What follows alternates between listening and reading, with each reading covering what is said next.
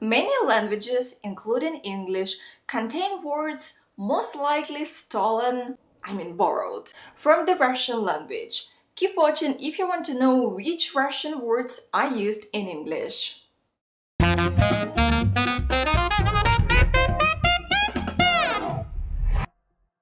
Hey, what's up? Christina here from Boost Your Russian, bringing you the best tips and tools for learning Russian online.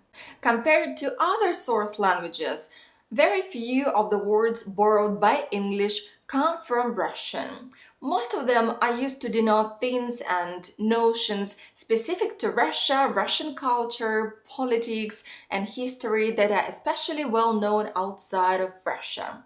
Since many of them are well known, I'm not going to talk about them in this video.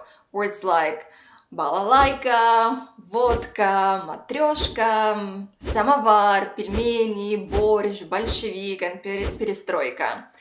I want to talk about lesser known Russian words in English, especially those that came to English from Russia but mean different things in both languages.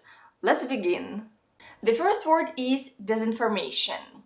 Disinformation doesn't look much like a word of Russian origin, but it's believed by many to be a literal translation of the Russian word dezinformatsiya, or misinformation.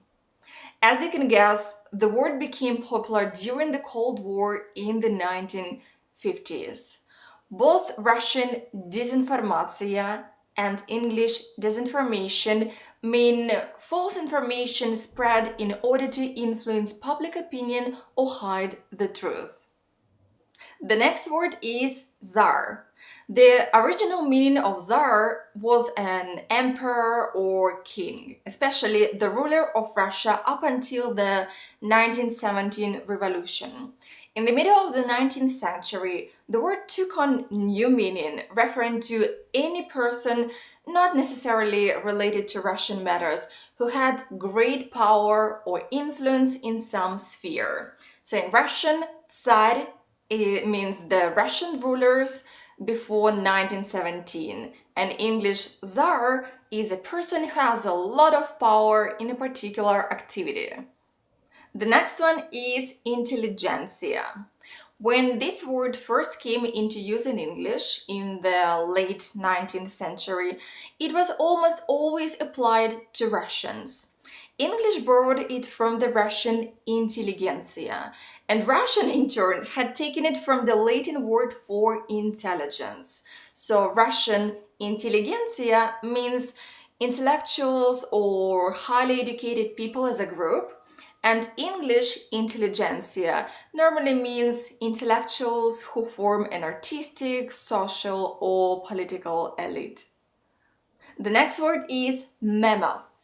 The word mammoth came into English in the early 17th century as a name for an extinct large elephant. English borrowed it from the Russian word for these beasts, mammoth. By the beginning of the 19th century, the word has undergone a functional shift, taking on a new role as an adjective, meaning of very great size. So Russian mammoth means a large extinct elephant, and English mammoth normally means huge. Give me a like if you find this video valuable, and if you're new, consider subscribing. The next word is parka. Parka comes from one of the indigenous languages spoken in Russia, Nenets. This is the language spoken in the northern Russian regions.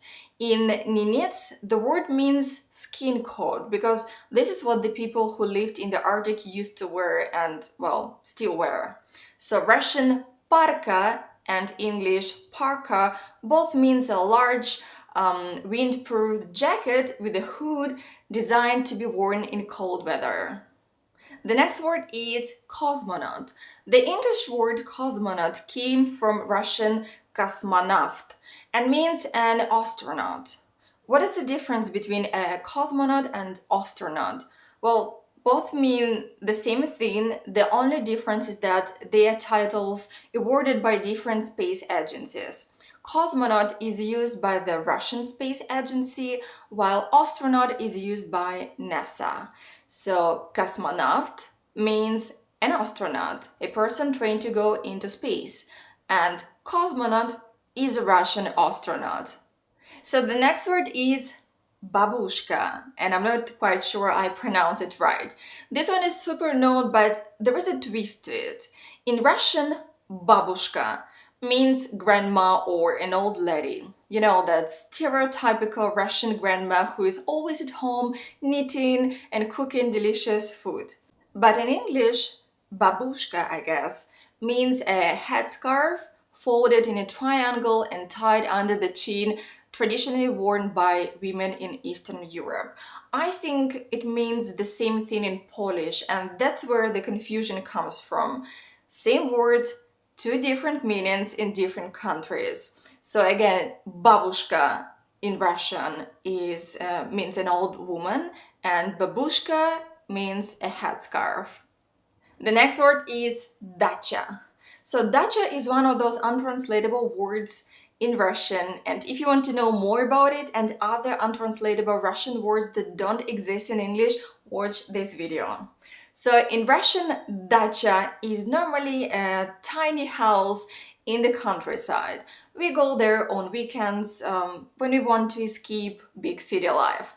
Actually, dacha can even be a piece of land without a house where you grow fruits and vegetables or have a barbecue.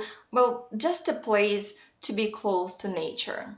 But in English, dacha normally means a luxury country house or cottage, typically used as a secondary or vacation home, right?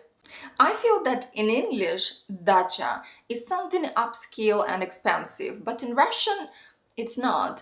It's common to have one, and again, it can be as simple as a tiny piece of land that you own in the countryside. So Russian dacha means a simple house or piece of land in the countryside, and English dacha is a country house or cottage typically used as a second or vacation home. Please let me know in the comments if you can think of any other Russian words used in English. If you want to learn more about Russian words that don't exist in English, I recommend watching this video. And this one is all about Russian false friends or words that look similar to some English words but don't mean the same thing. I'll see you in the next video.